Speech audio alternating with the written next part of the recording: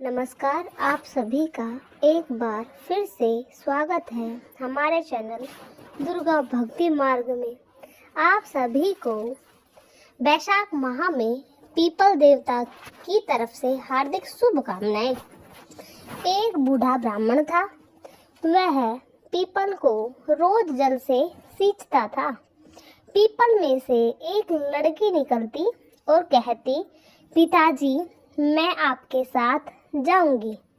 यह सुनते सुनते बूढ़ा दिन पे दिन कमजोर होने लगा। तो बुढ़िया ने पूछा कि क्या हुआ। बूढ़ा बोला कि पीपल में से एक लड़की निकलती है और मेरे साथ चलने के लिए कहती है। बुढ़िया बोली कि कल उसे ले आना। बुढ़िया ने कहा, पहले से 6 लड़की तो है, 7वीं और सही। अगले दिन बूढ़ा उस लड़की को घर ले आया। घर लाने के बाद बूढ़ा ब्राह्मण आटा मांगने गया तो उसे पहले दिनों की अपेक्षा ज्यादा आटा मिला। जब बुढ़िया वह आटा छानने लगी तो लड़की ने कहा कि लाओ माँ, मैं छान देती हूँ। जब वह छानने लगी तो परात भर गई। उसके बाद माँ खाना बनाने जाने लगी तो लड़की बोली कि आज खाना मैं बनाऊंगी। तो बुढ़िया बोली, ना, मेरे हाथ जल जाएंगे, तेरे हाथ जल जाएंगे। लेकिन लड़की नहीं मानी और वह रसोई में खाना बनाने लग गई। उसने तरह तरह के पकवान बना डाले और सभी ने पेट भर के खाना खाया। इससे पहले कभी उन्होंने पेट भर के खाना नहीं खाया था। रात हुई तो बुढ़िया का भाई आया और कहने लगा कि बहना, मैं तो खाना खाऊंगा। बुढ़िया दुखी हो गई कि अब खाना कहाँ से लाए। लड़की ने पूछा, क्या बात है माँ। उसने बताया कि तेरा मामा आया है और खाना खाएगा और सबने खाना खा लिया और अब खाना कहाँ से लाऊं।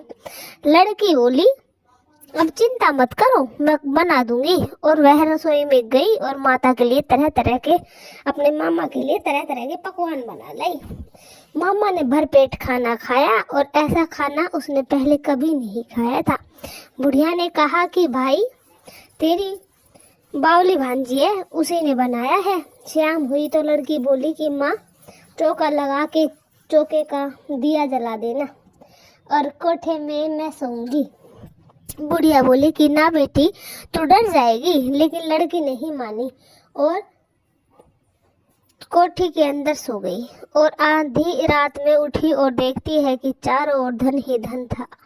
वह बाहर जाने लगी तो बूढ़ा ब्राह्मण सो रहा था। उसने देखा तो, कहाँ बेटी, तू कहाँ चली गई। लड़की बोली कि मैं दरिद्रता दूर करने आई थी बाबा, अगर तुम्हें करवानी है तो करवा लो। उसने बूढ़े के घर में आँख से देखा तो धन ही धन हो गया।